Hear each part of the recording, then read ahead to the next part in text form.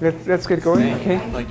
I have a little cube here. This cube is actually represented by a bunch of tetrahedra. I like those. And I earlier already asked the question: how many tetrahedra do we actually need to represent the cube?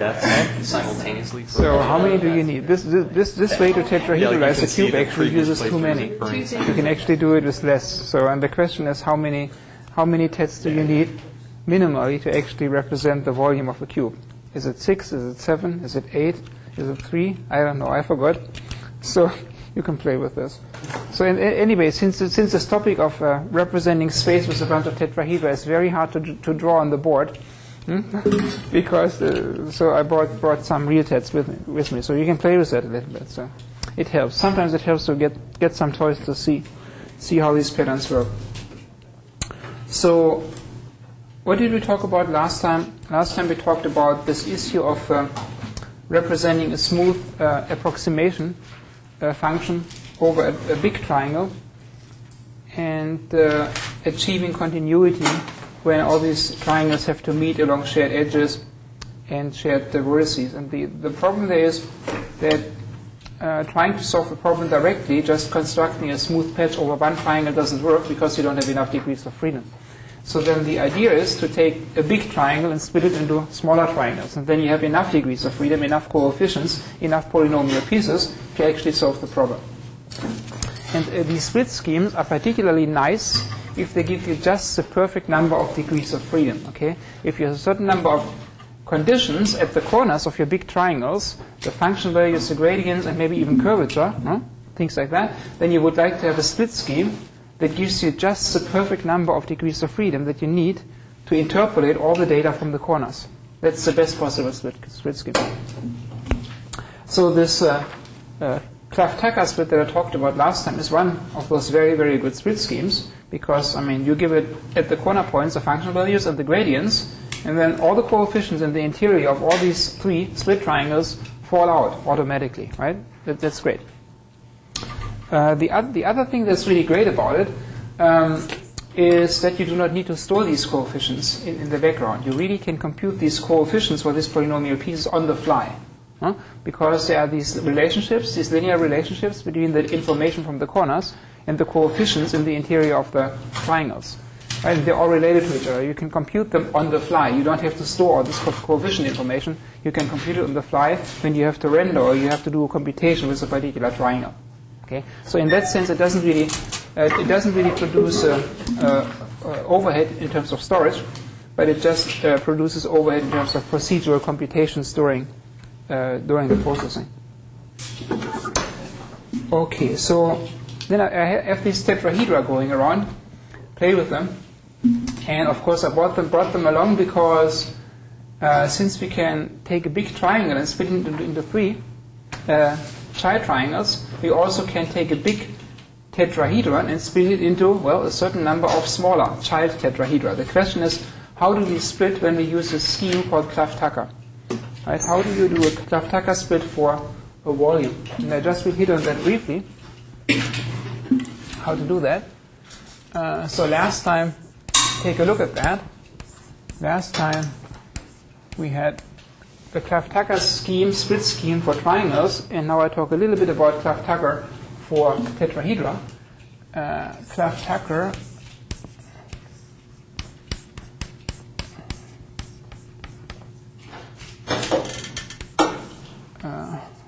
for a triangle, and today I talk a little bit about the Cleft-tucker scheme for tetrahedra. Okay, so here we had a big triangle and three sets of information at the corners. In the volume setting, of course, we have tetrahedra with, well, four corners and information given at the four corners. And so how to split, that's really the issue, how to split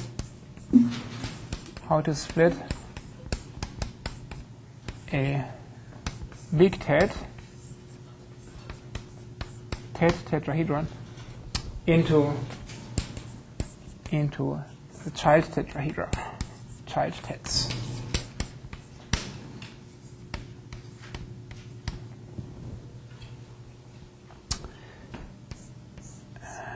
illustration. Let's see whether I can do that. Illustro.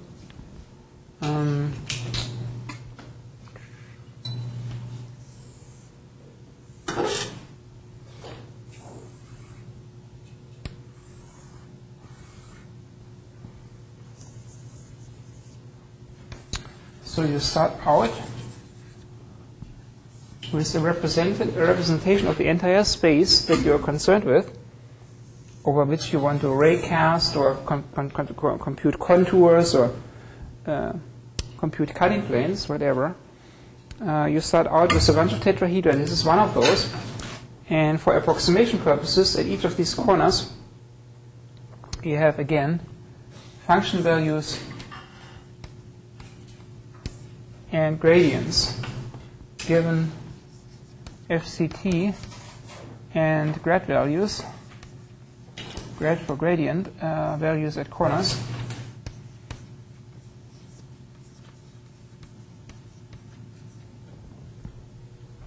How do you split a tet? Now remembering last time, Kate, you are admiring those tets there, right? So we had a triangle, and we split the triangle into that configuration. How do we split a tet in an analogous fashion? Yes, Jennifer? We do a similar thing and compute the centroid of the tetrahedron, and then for each face, that would produce the 3 points and then the centroid point. Okay, yeah, you've read this already. That's great. I think you mentioned it in the last lecture. Okay, I mentioned that, huh? Okay, very close, very close. Very close. But instead of using the center or the average or the centroid of this tetrahedron, one uses, and don't ask me why, I never figured this out why, this particular scheme, Cleft-tucker for tets, uses the in-center. What is the in-center? The in-center is the center of the sphere that is the largest sphere that fits inside the tetrahedron. So there is some kind of sphere in here that you can fit that has a center, and there is a sphere of maximal radius that you can fit into this tet. So the sphere is touching tangentially the 4 faces of the tet. So they use this center. I believe you can just use the centroid or the average of the 4 corners.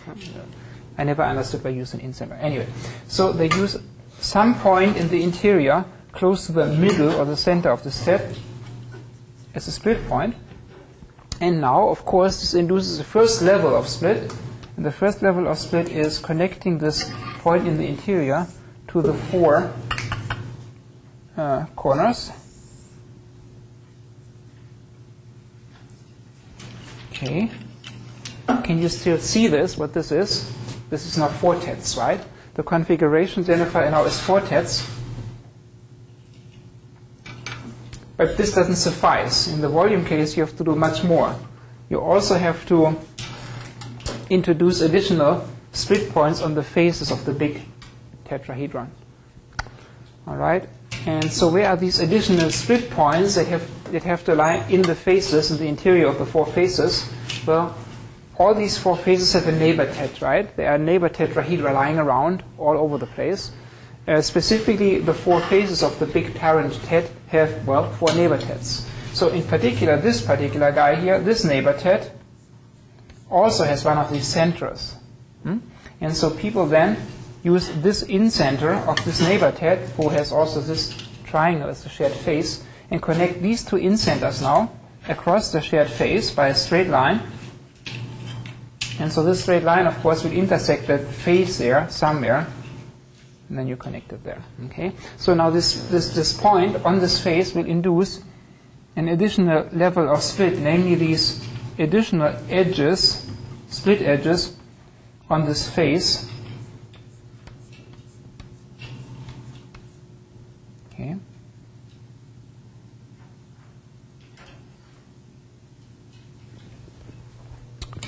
So, and you do this kind of construction in all the other 4 interior tets. So how many child tetrahedra do you get overall when you do this kind of operation? Initially I had 1 tet, I split it into 4 child tetrahedra. Then each of those 4 child tetrahedra I split into how many? 3. So it is 4 times 3. The big parent head gets split into 12 children. So these guys are again called the incenters. Incenters of spheres. Okay, and these are the spheres of maximal radius that you can fit into this head and into this left neighbor head. So the number of child tetrahedra you produce here, it's 4 times 3, namely 12. Okay.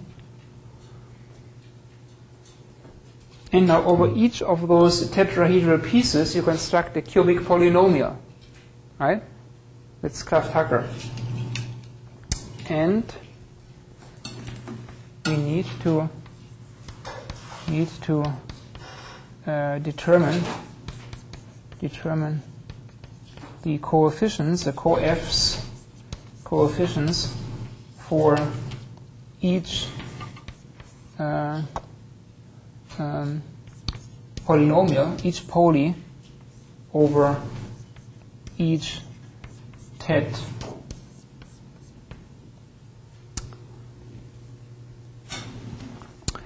And so this then just as a note again, what is one of those cubic polynomials over one tet? The cubic polynomial poly over just one tetrahedron, just one tet.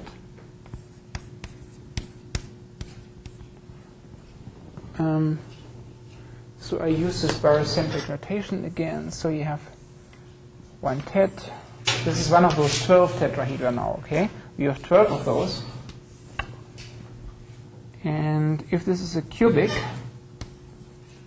polynomial sitting over this volume, then I have this control point configuration. I split all of this in 1/3. These are 1/3, 1/3, 1/3, 1/3, 1/3, 1/3. This is about 1/3. Yeah, this is 1/3. That's 1/3. So those are the coefficients. Are these all of them? No, there are also additional coefficients associated with the center of each of the 4 faces. Okay. How do I draw that? Well, yeah, here's one. Here's one. On the bottom there's one. And there's one in the back. Okay.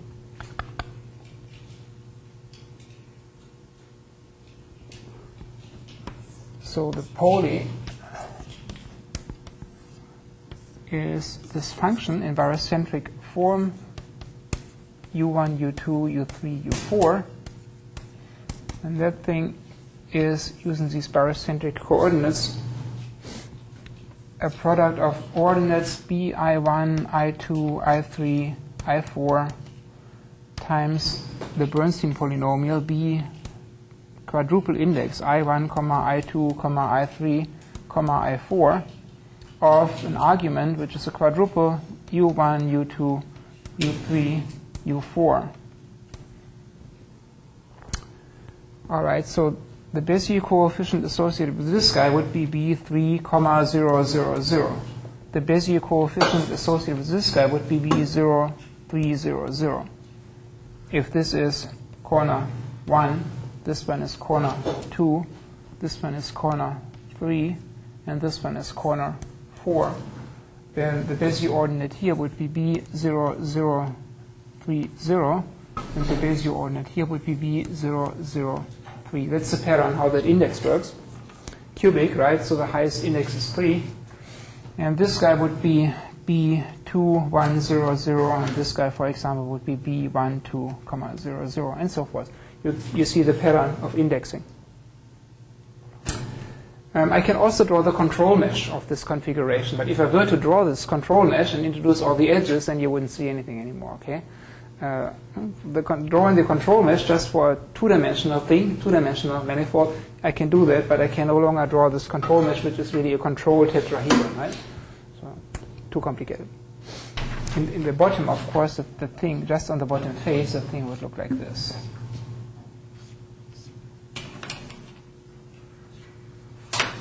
Right? This is just a part of the control mesh on the bottom face.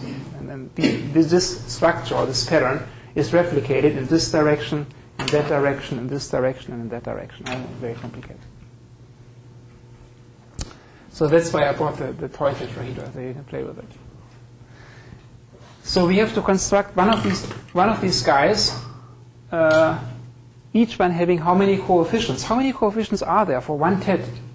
How many coefficients are there? Well, as many as I have drawn locations for controller units, right? In the bottom face, how many are there? 4, 3, 2, 1, it's 10, right? 10 in the bottom. The next one will have 6, the next one will have 3, the next one will have 1. So you add it up, you have 20 coefficients, okay? So these indices I1 plus I2 plus I3 plus I4 have to be 3 for a cubic polynomial, and they have to be greater than 0. So I1, I2, I3, I4 greater equals 0. And these conditions, and therefore the restricted number of possibilities for indexing, gives you 20 coefficients. 20 coefs. Per tetrahedron. How many child tets per parent tetrahedron? 12. 12 times 20 makes 120 coefficients per tetrahedral element, right?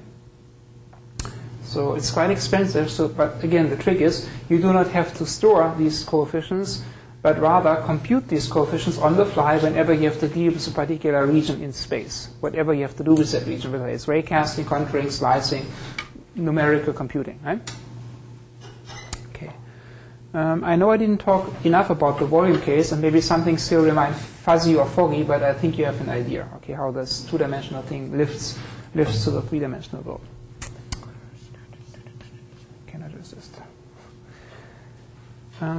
Okay, that is that.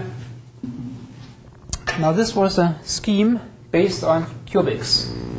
Do we like cubics? Or do we like quadratics? Or do we like quartics? What do we like better? Higher degrees or lower degrees? We like the lowest degree possible that is necessary to achieve a certain level of, well, freedom, right? A certain level of necessary degrees of freedom to achieve whatever we need to achieve. In our case, we need to have enough degrees of freedom to interpolate to data that consists of values and derivative values. So, and here talked about ways to do this with cubics. So can one solve the same problem also with using quadratics, which would be better, right? Quadratics are just better.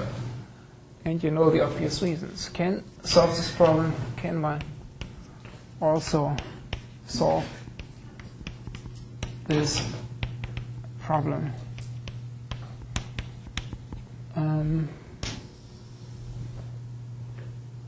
with a quadratic split scheme, with a quadratic split scheme?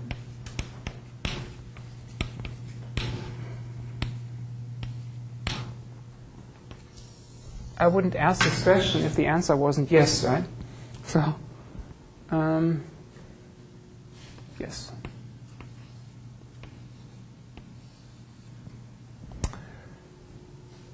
How to illustrate that? The one-dimensional univariate example. Univariate case. Again, what do? We interpolate to data on some domain, the axis x, and we have a local region where we have data over this space, some, let's just call it x1 and x2, doesn't matter, and we have a function value on the left and a function value on the right, and we have derivative values there. So call that derivative 1, and here's derivative 2. 2.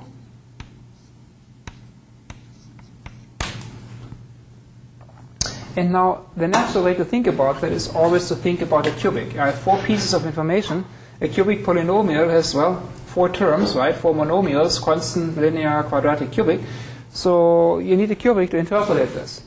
How can you possibly interpolate 4 pieces of information with just a quadratic?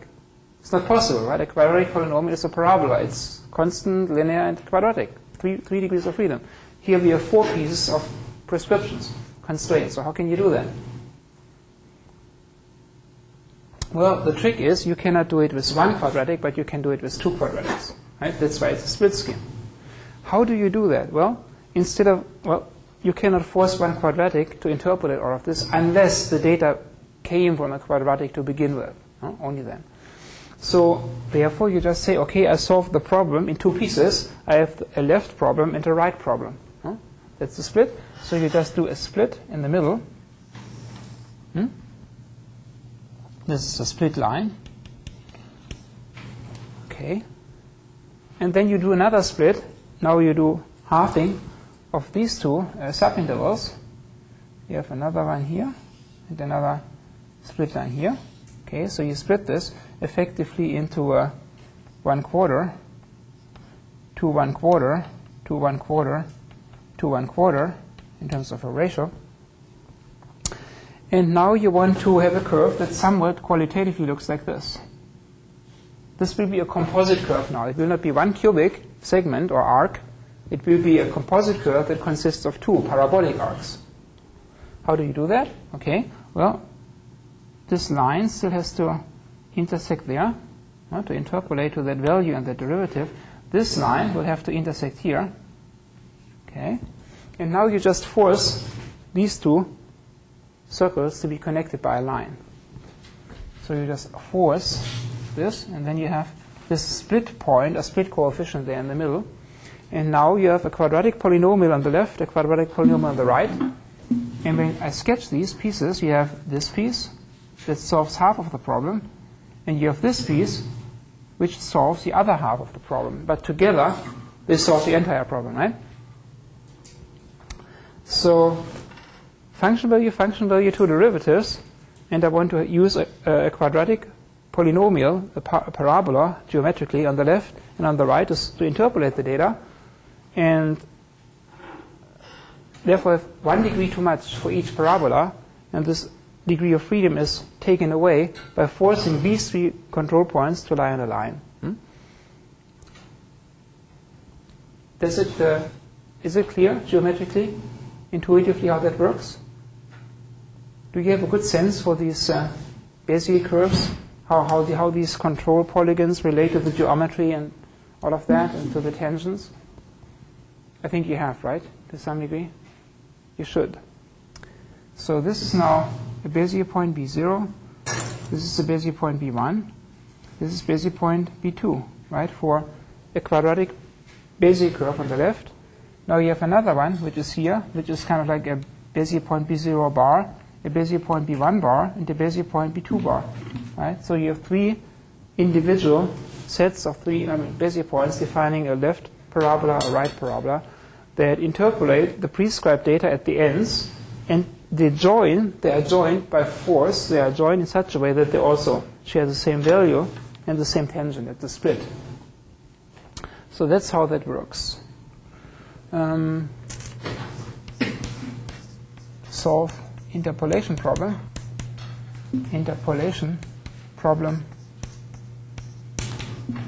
by constructing 2 quadratic Bernstein-Bezier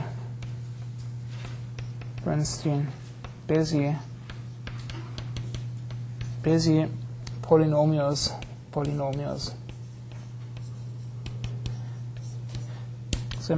Comma,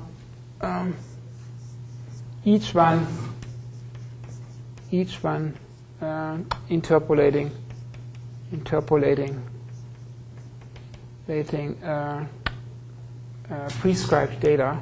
prescribed data at the endpoints, at the ends.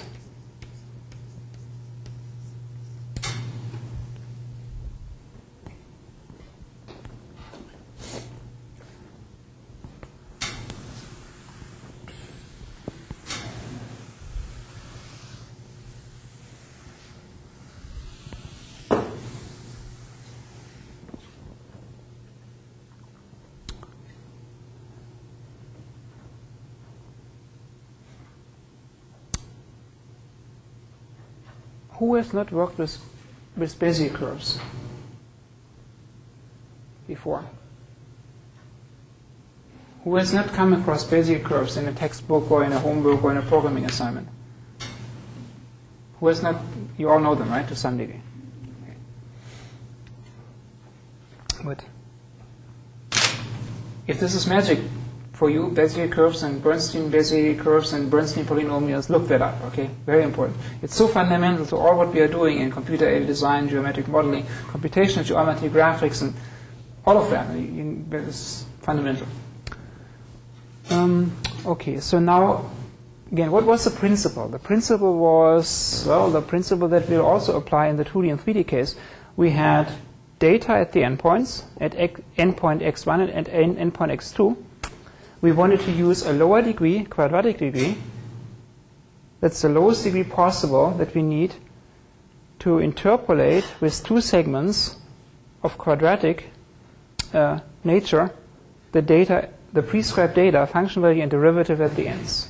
And we have 1 degree left, namely this point in the middle, but it's not really a left degree of freedom because we want these two pieces to coming together smoothly so that this looks like a very smooth arc altogether. And by doing so, we have this condition that these three Bezier ordinates or Bezier coefficients have to lie in a line.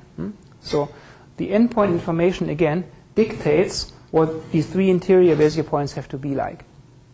That's great. So we have reduced the problem to a problem that forces us to use only quadratic polynomials. Everything is fixed. There's no degree of freedom left at the end. That's good, right? So how do we do that for the 2D case, or how are people doing that for the 2D case? And they do this with a scheme that is called Powell-Sabin scheme.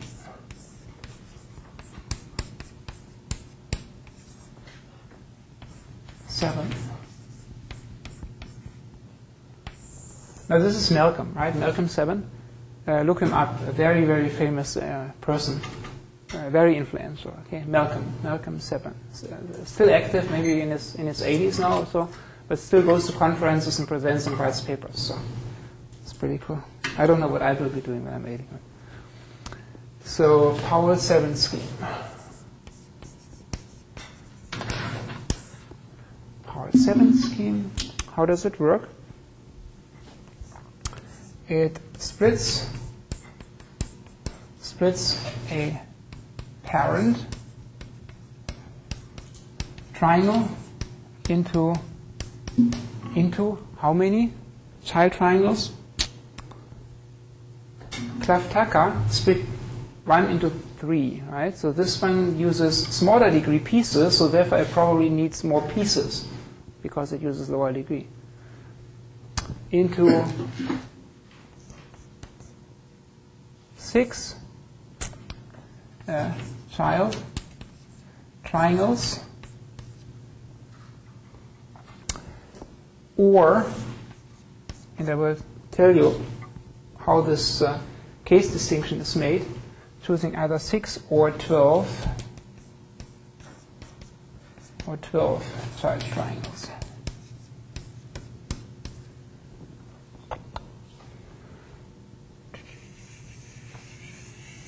Okay. Case 1.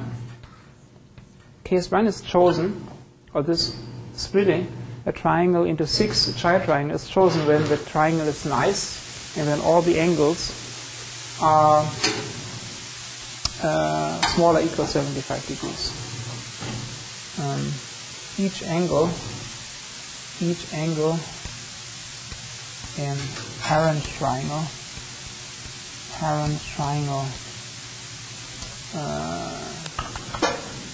smaller equal 75 degrees.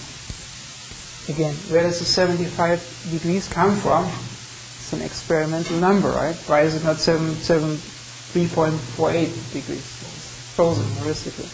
Just the way it is. Probably based on a bunch of test runs they have done for numerical simulations, determining when a triangle can be split this way. So these are fat triangles. So how does this work? Case 1 split.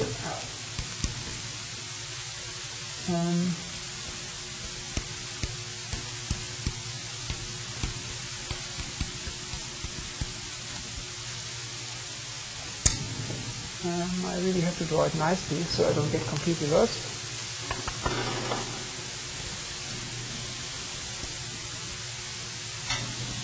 Okay, so this is a nice triangle, as nice as it can be. And I split this into 6 smaller triangles. Again, this is the view top down into the xy plane. We have the corner layer, the locations. So this is our corner 1, corner 2, corner 3. And then it is split by putting a point in the middle.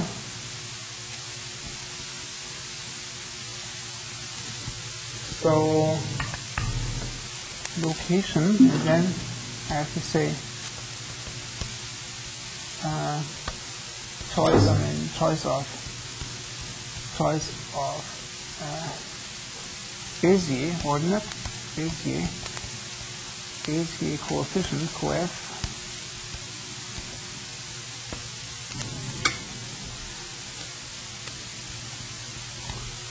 All right, how does the triangle get split? So this guy is a corner, and this guy is typically the center of the sphere that passes through the 3 corners. Center of sphere of circle passing through the CIs, and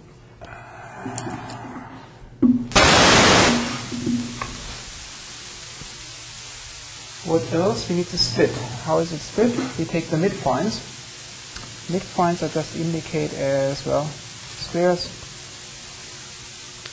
Midpoints of the edges. Okay. How do I split? I just connect the corners to this center point, and I connect these edge midpoints to the center point as well. So I get this. Okay, so that is a split into the 6 children. And over each of these triangles, now I construct a quadratic patch. For quadratic patch, I need 3 plus 2 plus 1, 6 coefficients, right? Each. So where are these other control points or ordinates? Here's 1, here's 1, and here's 1. Here's 1, here's 1, and here's 1. And here's 1, here's 1, and here's 1. Okay, but there's something missing. There's still control coefficients missing here at the midpoints of these edges. So I draw these as maybe triangles. Why not? So these are triangle guys. So these are the coefficients we need. 6 coefficients per piece. Alright, so what else? So I have to say what the location of open square is. So these are the midpoints of edges, so just edge midpoints, mid, T and TS. Alright, and then what else? The triangles are midpoints of the edges from open square to a filled square. Okay, you see that. Bam, bam, bam. The question is, if we are prescribing the function values and the tangent plane, the gradient information at the corners, how are the coefficients for this configuration implied or determined, fully determined?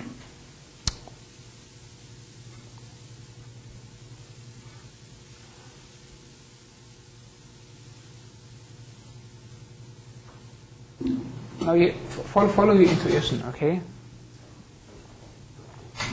At the corners we have function values and tangent planes, geometrically speaking, right? So this information, the function value itself, implies the Bezier coordinate at the corners, right? So that's easy. This is the trivial part. At the corners, the given function value there is the Bezier ordinate, right? So the function value there, FCT value, equals the Bezier ordinate there, right? Bezier coefficient here. Okay. What is the next level of control points that are implied? Well, it's these guys. It's the circles at each corner, right? Why? Because we prescribe the tangent plane here of these patches, how the patches start at the corners, right? And that is related to the derivative in this direction of this edge, in the direction of this edge, and in the direction of that edge, right? These are directional derivatives. And so above each of these corner points, you have this plane sitting there. And this plane, of course, has a certain slope in, well, these three directions. And you just evaluate this particular plane or linear polynomial sitting over this corner at these circle locations, and you get a value, right? The value of these sticks coming out of the board.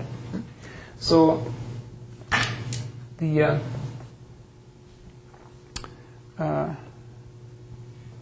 circles are really the ones that are implied first, these guys, and you see where they are, blah, blah, blah. And the values at the circle locations are implied by the gradients, right? By the gradient data at the corners.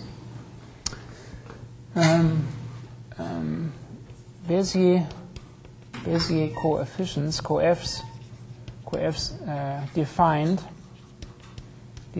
by these linear Taylor expansions at the corners, defined by linear Taylor expansions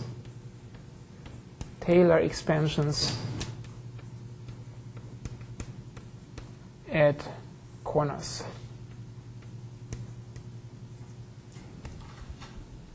Okay. What comes next? Next we have the configuration on the edges of the big parent triangle, right? And this configuration is this configuration, right? It's this. 4. This is the edge. This is one edge, right? 1, 2, 3, 4, 5 coefficients. 5. This configuration is here. 1, 2, 3, 4, 5. 1, 2, 3, 4, 5. 1, 2, 3, 4 on each edge. We have that univariate case, obviously, right? Each edge is the path's restricted to a univariate domain, one-dimensional domain, so it has to be the curve case. So these guys, the value of the Bezier coefficients at a square, have to be the average of the two closest circles close by, right? So this guy, together with this guy, define that square. And these guys define these, and these define that. Square. Edge midpoints. So the Bezier coefficient, coefs defined as average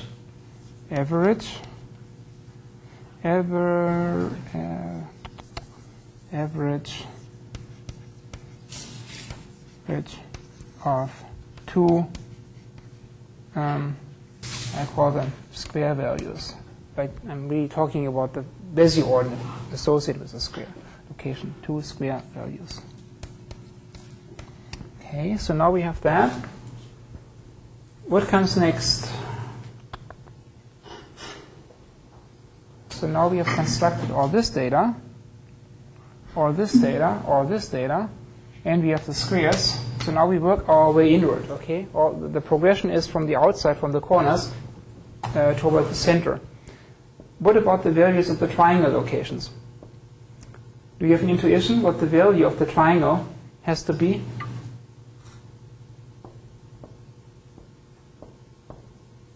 Just follow your intuition. The triangle values, again, have to be the averages of two circles. So now I also sketch the mesh in the interior of some of these guys. So this is mesh, right? It's in there, in one of those quadratic pieces. The mesh here is this mesh, right?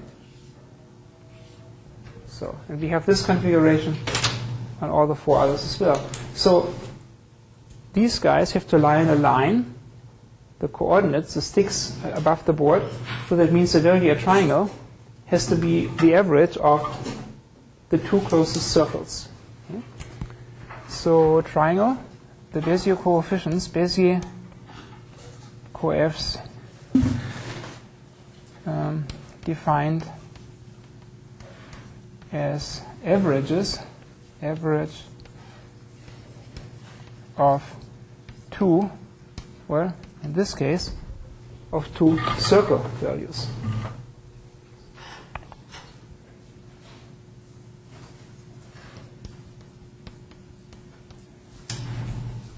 Same here, right? With the square, the square value has to be the average of 2 circle values, so this has to be a circle guy, of course, okay? 2 circle values. All right, so now the last degree of freedom that's left over is the ordinate, the stick at the center location. What is that? Any idea what that is? Is it really free or is it fixed?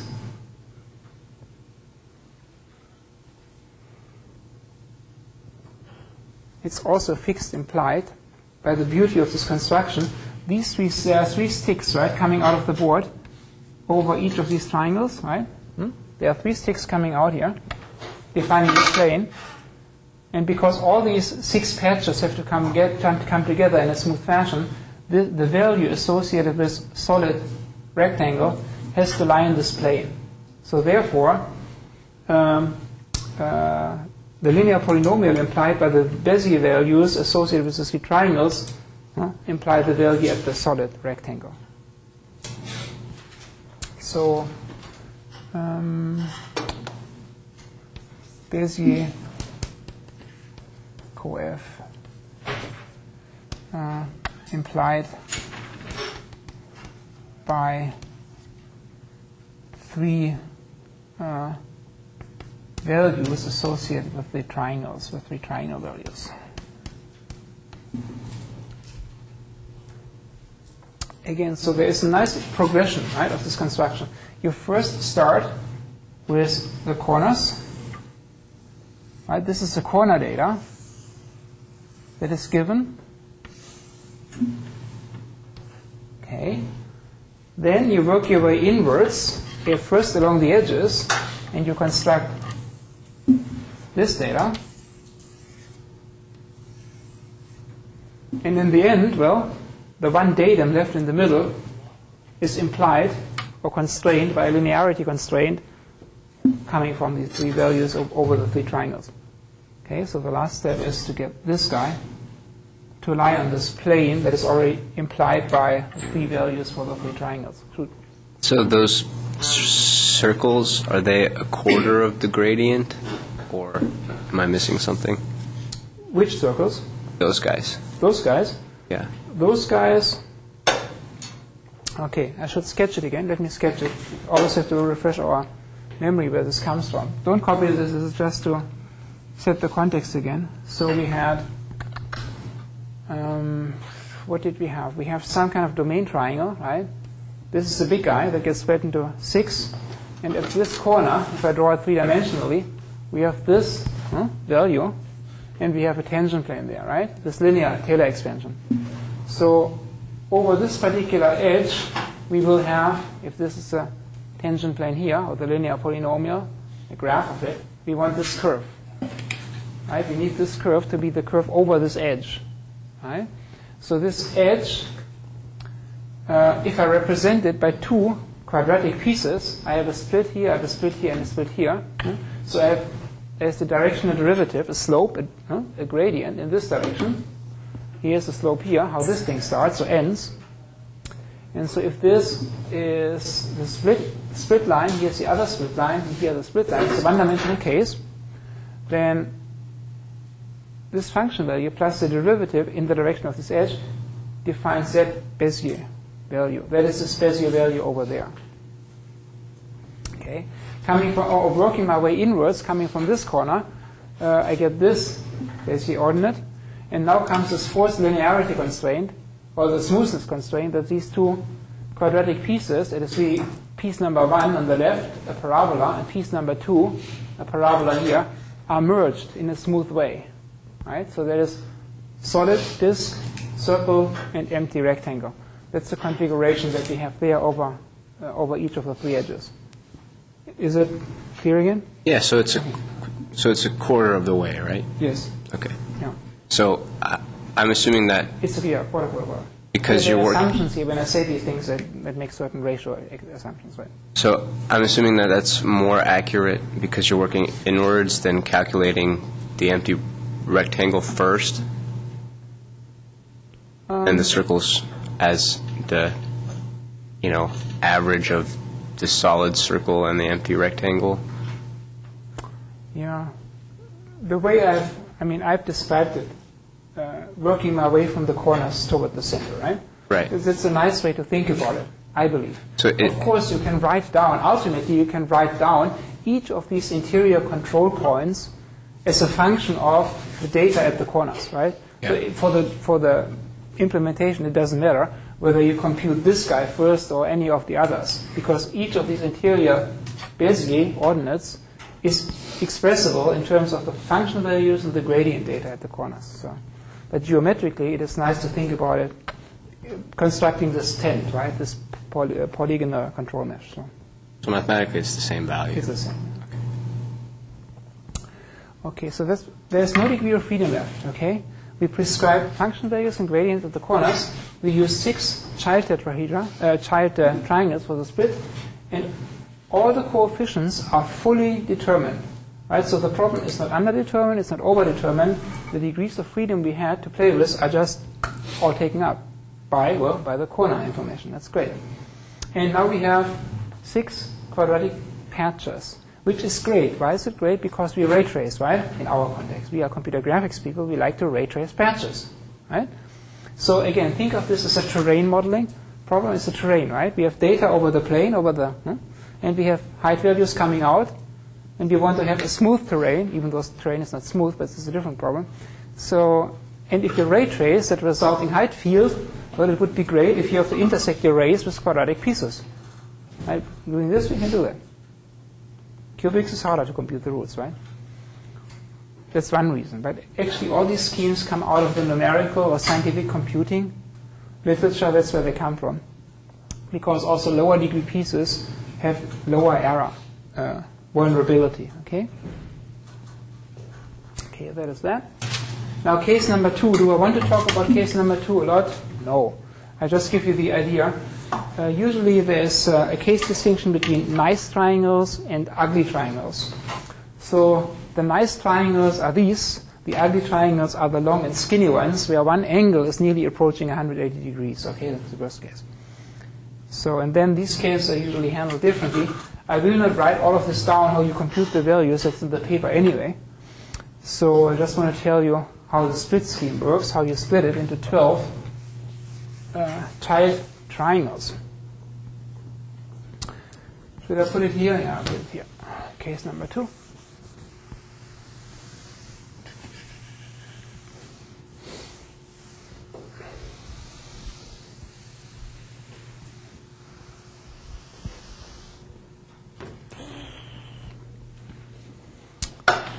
Case number 2. Case 2 split. And that is for skinny triangles.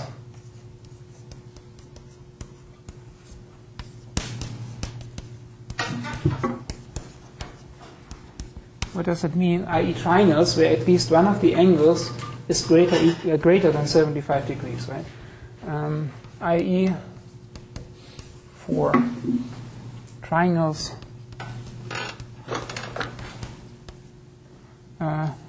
having an angle greater than 75 degrees. So how does the split work? Split. So now I draw one of these triangles.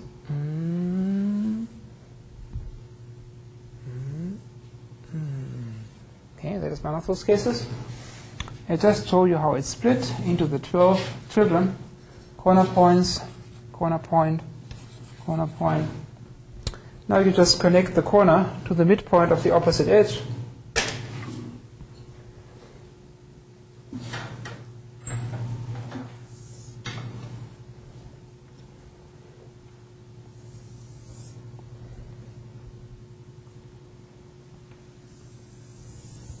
Okay, that's the first step. And now you connect edge midpoints.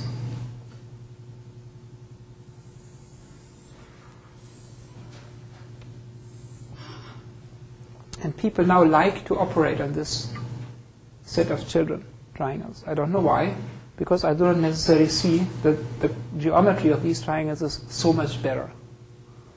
Okay, but that's besides the point. This is the way the scheme works. So there are now 12 split triangles, right? You see them? You see the 12? 1, 2, 3, 4, 5, 6, 7, 8, 9, 10, 11, 12. And over each one, again, you construct a quadratic piece.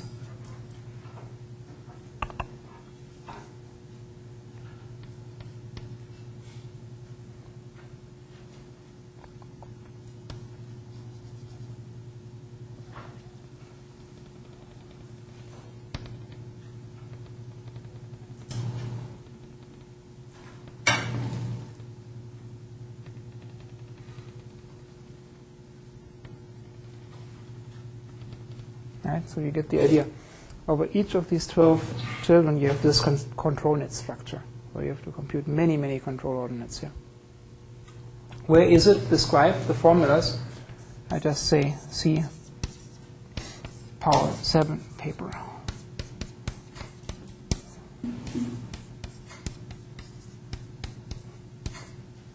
Or papers. Everything that I talk about is in the books anyway, right? Right? Everything that I talk about is in the books. Is it? Or are some of the things that I talk about not in the books? I hope that some of the things I talk about are not in the books, right? Or harder to find in the books, because otherwise I don't have a job, right? Do you like this future where we have remote teaching and one professor reaching 100,000 students worldwide, and there's hardly any possibility to interact and to ask questions? Do you like that? Would that be good enough? No? I want to assume that it's still better to have a live experience, right? That personal experience. I mean, the physical experience being in the same space together and that the material is presented. But some people say it's not necessary. I don't know. Maybe if I were a holographic projection here, right, then I can do that. It should ultimately reduce tuition, though, right? I mean, 100,000 students taking the lecture from one professor. Well, if everyone pays $1, it should be a great deal. That's the way it used to be, I guess, right? I mean, students paid the money for taking a lecture from a professor. The professor was charging the beginning of lecture or after lecture, right? You come to my lecture, give me your money. And so then it just got into the big system, and now we just pay the money into the big system, and the big system pays the professor somehow. Right? So if you're a super professor, a great professor who's just very popular, and who really can reach the masses, I mean, if I reach 100,000 students worldwide, for each lecture, every student can pay $1. $1 is nothing, right, for the individual. But for me, the professor, getting $100,000 for each lecture, and I give 20 lectures per quarter, that's 2 million. That's great. I'm happy to give half of that to the university, right? Anyway. But what about all the other professors? I don't know. I think Stanford and MIT and Harvard are really moving aggressively forward in that regard. So there's an interesting article by President Hennessy, John Hennessy, who wrote this classical textbook about computer architecture, the textbook in edition number 27 or whatever. In the latest IEEE Computer Magazine, I strongly suggest suggest to read it. IEEE Computer magazine, you can get it online, right? John Hennessy talks about this future with this digital experience, remote experience, education by the internet. So what comes next? Next comes another scheme to represent space and decompose space and tessellate space and so forth. This is a Voronoi diagram. I will talk now about the Voronoi diagram. What do I want to talk about? Not a lot tonight. There are entire books written about Voronoi diagrams, which are also known in other disciplines by different names. Okay, do not assume that these Voronoi diagrams only are called Voronoi diagrams. They're also called Dirichlet tessellations or Thiessen tessellations, because these different people developed the same concept at roughly the same time. And then people referring to their papers gave these methods the names of the original authors of these presentations of those methods.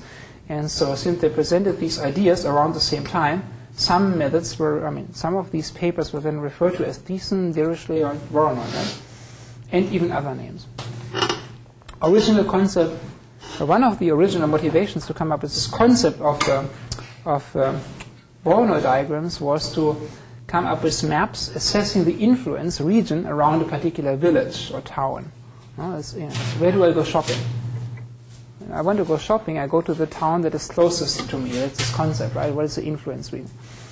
So when you go shopping and you buy your next Armani suit, you cannot go to Sacramento. Maybe there is no Armani suit in Sacramento, even though that's the closest bigger town. You have to go to San Francisco, right? Also, if you want to go shopping next week and you want to buy your Lamborghini or your Maserati, maybe you cannot buy it in Sacramento, even though there's a Maserati shop, right? You know that. So, well, you can go to Sacramento. You always go test drive, right? You have to do that. Just have to dress up appropriately. I want to test drive. I like to do that, just test drive. When the new models come out, I go, I need to test drive. So, not that I can afford them. So, Voronoi diagram is the next topic. Voronoi diagrams. What do I want to talk about? I want to talk about some of the most important characteristics and two main approaches to construct them. Okay. So an example, start with an example. Okay, the Voronoi diagram for 2 points. What is the Voronoi diagram for 2 points? You all know them, right? The perpendicular bisector. Boom. Okay. This is the Voronoi diagram. Okay. So this guy has a name, and this is a famous term, perpendicular bisector. What is being bisected here? Well, space is bisected, right? Infinite space is bisected into two half spaces, this half space to the left and the half space to the right. These things are called the sides, okay? Sides. And this is called the tile of that side. All right. 2 is boring. What about 3?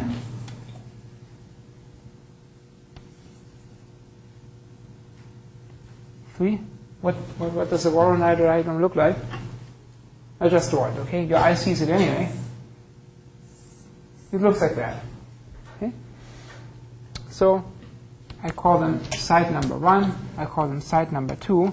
Both face x's for points with x and y coordinates in side number 3. And there's an additional point where these edges come together now, right? Here there is no additional point there, but as soon as I have 3 in general, there's this additional circle point there, okay, which will have a name too.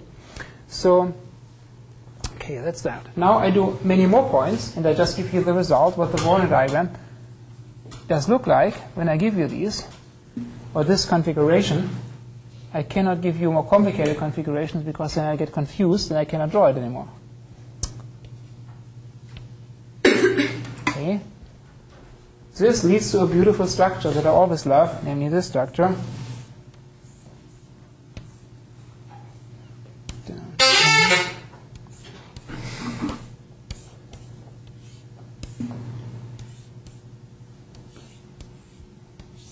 Okay. That's the Voronoi diagram for this beautiful arrangement of sides. Beautiful because the tiles come out to be beautiful, okay? So here we had a 2-point example, here we had a 3-point example. And here we have a many-point example. So, and here we have these additional points there, right? These are not original sites, but these are special points. So what do we need to know? We need to know the nomenclature that the people use in the books. So this particular area here is called a tile. Okay, I call it tile I. This point would be site or point I.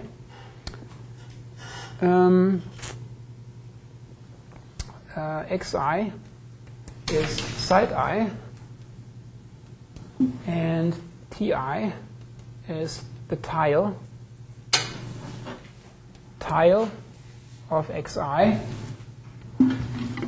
Okay, and now characteristics. What do you see, or what do you assume that this diagram has in terms of characteristics?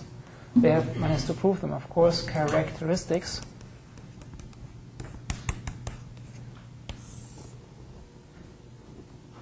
What are characteristics? Many of you have already taken computational geometry, right? So, shoot, give me some characteristics. There are a gazillion.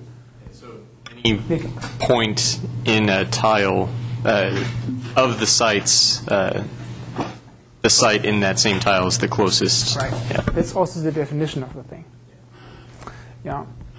So, in the sense, characteristics or the definition that produces this tessellation def.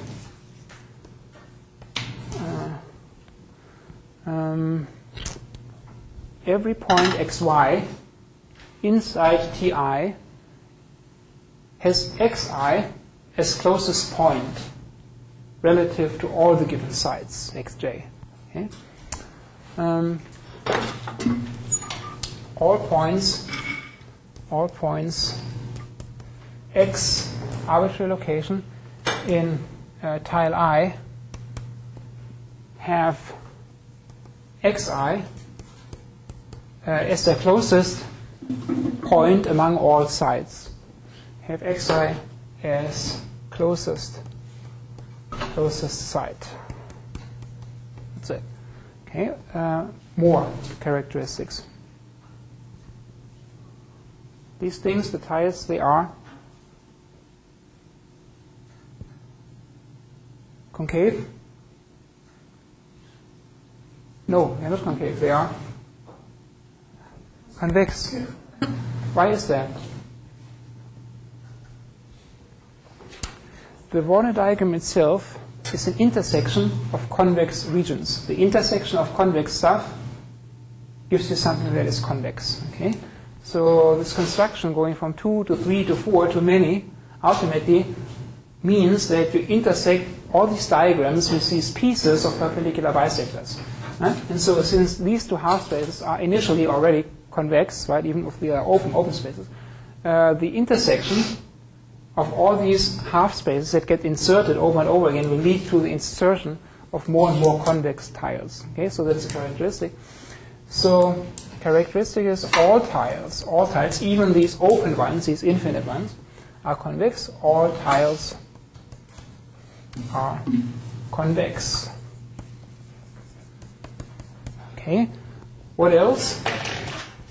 Look at these additional points that are put in there, the circle points. Do you see something that holds for them?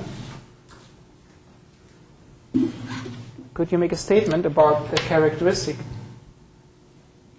of the circles? How many edges come together at a circle? 3. Always 3? In the picture that I've drawn. Therefore, maybe always. I mean, the first case where the circle occurs is this situation, right? There's 3 edges coming together. And in this one I've drawn, the circles always have 3, right? So these are the Voronoi vertices. That's what they're called often. Voronoi vertices. So these are not the sides. These are the dual points. Voronoi vertices have, and this is the valence, right? How many edges run into them? Have valence 3. Always or not always? For sites in general position. Okay. So that means always. With a computer, you can always force points in general position by just perturbing everything. Add or subtract a random very small epsilon. Okay, that's what I always did in order to make my programs work, because you always have to worry about the degenerate case, divide by 0 and whatnot, and dealing with things when things become collinear, co-circular, and coplane, and all of that. In order to avoid that, you just make everything wiggle a little bit by adding or subtracting some very small machine precision epsilon, right? And then everything works. Okay. Now what? Now I should talk about the ugly cases, namely the degenerate cases, when these characteristics are not satisfied. But again, these are countable infinite degenerate cases. So let's see. But I'm just saying but. Okay. Bam, bam, bam. Okay. What's the Voronoi diagram for one of our simplest arrangements of points? The simplest arrangement of points is taking points from a Cartesian mesh, right? The mesh on the floor. The mesh on the floor is a Voronoi diagram, right? Okay. All right. So what about this? So the sides on the floor, there are some sides on the floor that I see where the arrangement is very regular and uniformly spaced, blah, blah, blah, blah, and all of that. So what is the Voronoi diagram for this beautiful, beautiful point set? You assume this is a nice case to handle, right? For Voronoi diagrams, no, it is not. This is an ugly case for the machinery because it's degenerate. Why? Because, well, the bisectors are these. Whoops, and it's degenerate because this characteristics about the valence of these Voronoi vertices no longer holds. Okay, here we have now 4 edges of the Voronoi diagram coming together at the circles. It's bad. So in a case, the simplest case in terms of the arrangement of points leads to an ugly case to construct the Voronoi diagram. But again, if you were just to shuffle these points a little bit, perturb them a little bit, then you don't have that. Right? This is only in the mathematical ideal situation. Why is that? What about this? Okay, I give you the answer why that is. I give you co-circular points. I give you a bunch of points, a bunch of sides that lie on one and the same circle. An arbitrary number of sides. They just happen to lie in a circle. Again, you want to assume that it's a beautiful case, right? No problem. What will be the Voronoi diagram for that? Perpendicular bisectors, right? This is the most horrible case. The perpendicular bisectors all we meet where? If the original sides all lie on one and the same circle, then this is the Voronoi diagram. It's numerically horrible because now this valence is really exploding, right? The valence here in this co-circular situation arrangement is, well, the number of sides that are co-circular. Here we have, of course, 4. In this beautiful Cartesian pattern, we have 4 points lying on a circle. Therefore, we have these 4 bisectors coming together in that valence 4 point. Here we have many, many more points lying on the same circle. So all these bisectors come together in the same. When you do this numerically with the machine, of course, they will have all kinds of ugly numerical problems, right? But you have to handle that. Okay. So now I want to talk, very briefly, just so you're aware of this, there's beautiful stuff that you can do. The mathematical ideal of a point has 0 volume, has 0 region, has 0 measure, right? But instead of talking about points as my primitives to construct a tessellation for, I can also have this. I can have disks. I have a disk. I have really, these are solid disks, these are not points. Okay, these are really regions with more than 0 area. Okay, so there is also, of course, a definition of a Voronoi diagram for stuff like this. Right, for a bunch of disks. What is a Voronoi diagram? Well, the definition of Voronoi always meant, well,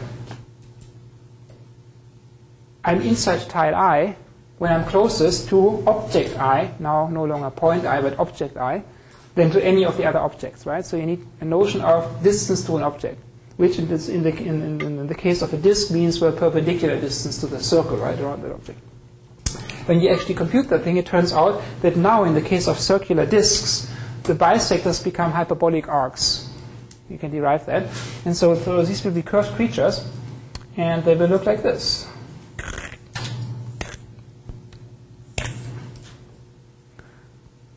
Just have to believe me. So everything in this side is closest to that.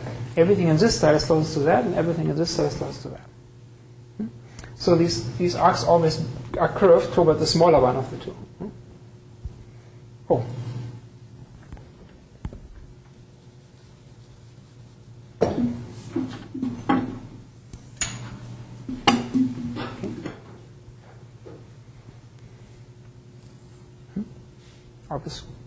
Curved in this way. Now, not only can you do that, but of course you can also define a Voronoi diagram for this.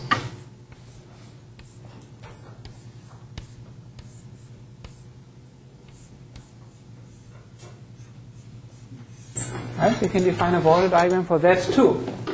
You have a bunch of objects or regions in space, and you ask the question, okay, how do these objects tessellate, separate space? Well, again, the inherent definition of Voronoi tessellation is I belong to tile I if this object I is closer to me than any of the other objects, right? So you need a meaningful definition of distance to an object. So again, you probably get a tessellation like this, right? Something like that. Huh? All right. Just want to mention this. The concept of Voronoi diagrams goes way beyond just point sets. Okay, it goes to objects, right? Cities. Voronoi diagrams. We see that where it goes again. That goes the geographical context. That's where it came from.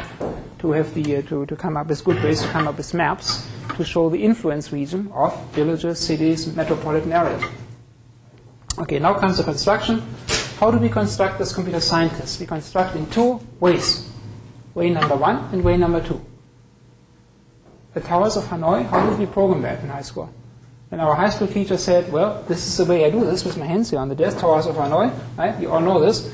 And then you can program that with your Casio iteratively or recursively, right?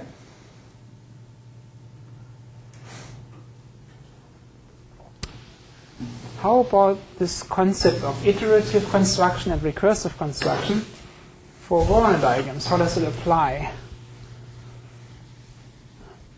Well, the iterative solution always says if I have a problem that requires me to perform n things, n steps, n operations, then I just do it one by one.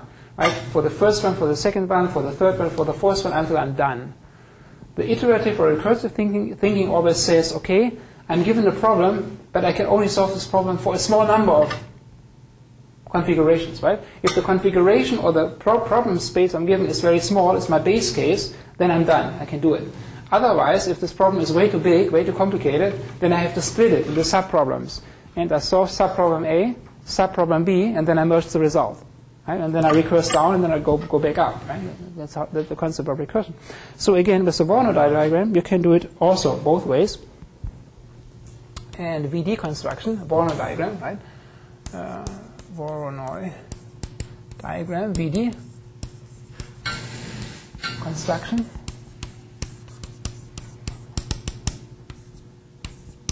Okay, so one is iterative, meaning we insert point or site one by one and update after each step of insertion the diagram. Iterative, and the other way is divide and conquer or recursive, right? So iterative, recursive, that is of course divide and conquer approach. Divide and conquer. All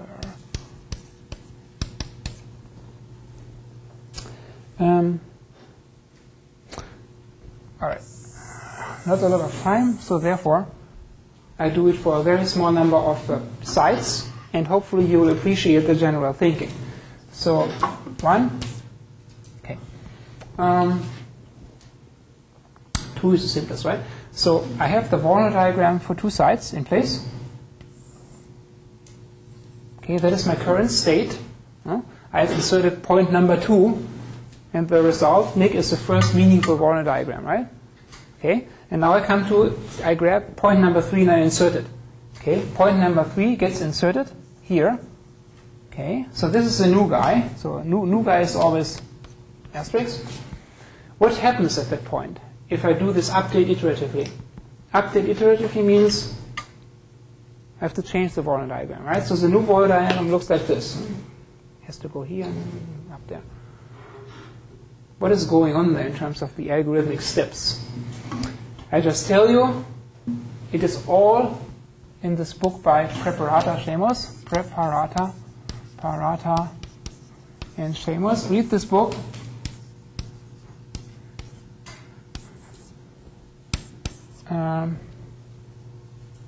And memorize it. So, first step is I have to determine the tile inside which the new point lies. Okay? This point lies in the tile of this guy. Okay? Therefore, I can construct the bisector between the new point and the side inside which the point lies. Right? So I get this one. Okay, so this is a new bisector that I construct. I give this line a direction. Now what happens when this line is moving around in space happily? What will it do? It will intersect with an existing bisector, right? So this point, we call it the Voronoi vertex, right? It's an intersection point. It's one of those circles. Now, what happens effectively if I'm traversing on this? Well, I'm entering a new tile. I'm entering the tile, the domain of this guy. So therefore, that means I now have to construct the bisector between the new point, this guy, and this side. And so the bisector for these looks like this. And this goes up there to infinity, right? That's it. Not quite. I have to update my diagram, namely I have to remove this old piece. Okay? So I just explained the algorithm by doing the example. Again, I have 2. Okay? New point comes in. First step, new point lies in this tile, therefore construct bisector with this guy. Bisecting line will intersect with other bisecting lines already existing. Intersecting points become circles. When I intersect, I enter a new tile, therefore construct tile between bisector between new point and the owner of this tile that I'm entering, and I get this one. Done. I no longer intersect anything because I'm happily going off to infinity, but then I have to clean up my old diagram there, and I have the new tile. Now the new version is this, right? Something like that. So that's the iterative version. Is this good? Is this efficient? Is this nice? Is this easy? Think about that. How expensive it is in terms of data structure, and data storage complexity and time complexity. How many steps? So the other part is 2. I'm very stupid and very dumb. I only know how to construct the Voronoi diagram for 2 points. That's all I know, right? That's the base case or the anchor, right? So base case is give me points. If you give me 2 points, the Voronoi diagram is the one given by that one bisecting line. Boom, done. If not, if you give me more than 2 points, then split the pot of points into pot A and pot B, construct the Voronoi diagrams for pot A, pot B, and then merge the partial results. That's the thinking, right? That's the recursion. So,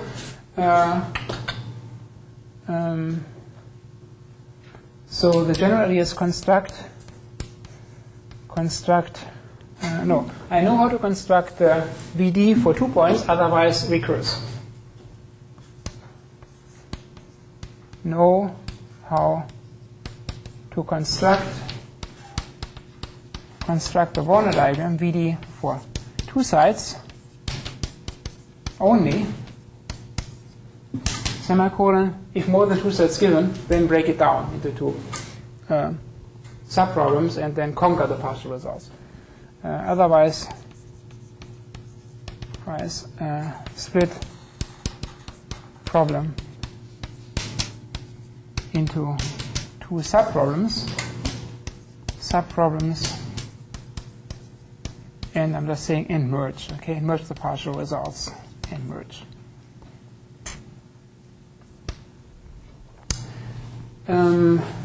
The simplest way for me to show that might be this. Okay, so I give you 4 points. Okay.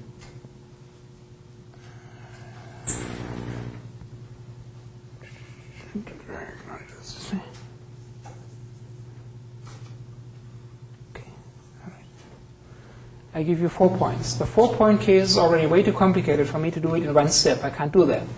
I only know how to handle 2 points. Okay. Therefore,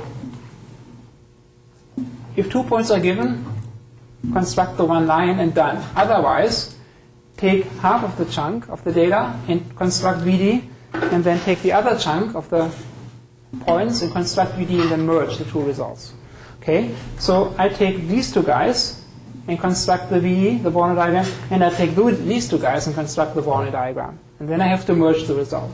Then I take point 1 and point 2. So this might be side 1, side 2, side 3, and side 4.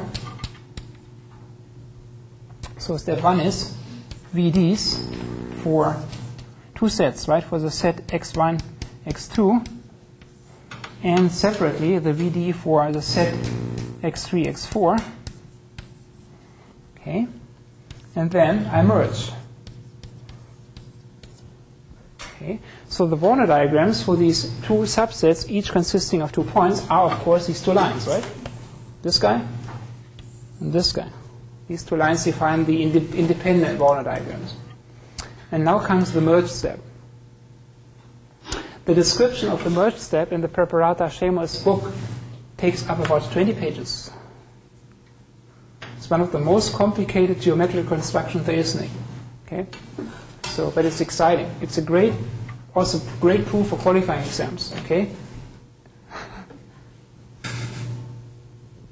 Have you read the 20-page construction of the merge step? Okay. So, all right. So what happens? How do you merge? Well, what happens here?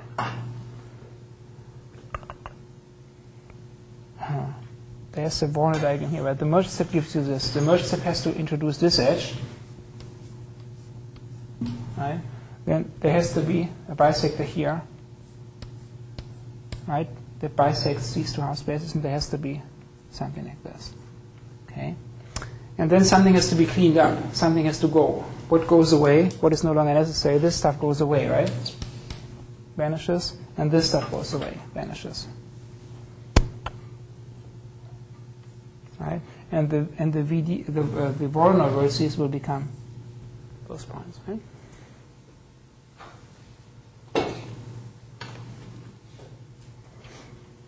Right, so the result that you want is this result, of course. These are the 4 points.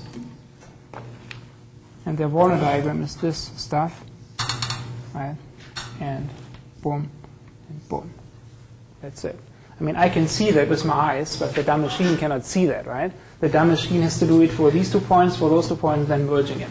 So the dotted line is the result of the merge step, which is very complicated. Result of the merge. So you should program this, okay? But the merge step is very hard to program. Even harder for 3-dimensional Voronoi diagrams. You can think about all of the generalized, right? So I'm assuming there's a special case for odd numbers of sites as well? No, this doesn't. It doesn't have to be an even number or power 2 integer. It doesn't matter. I can give you 37 points. Okay, so 37 sites. 37 is too big.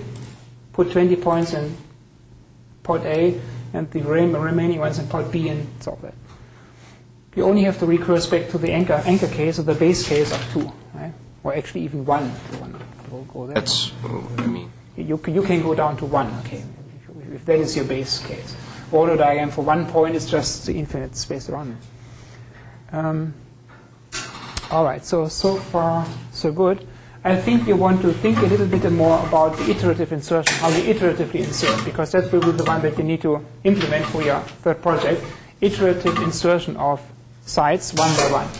But you also are invited to look at the description of this divide and conquer approach for Voronoi diagonal construction, one beautifully discussed in this book by Preparata Shemos, Computational Geometry. I'll see you on Tuesday. Anyone still needs to sign up for demo time? Kevin? Okay.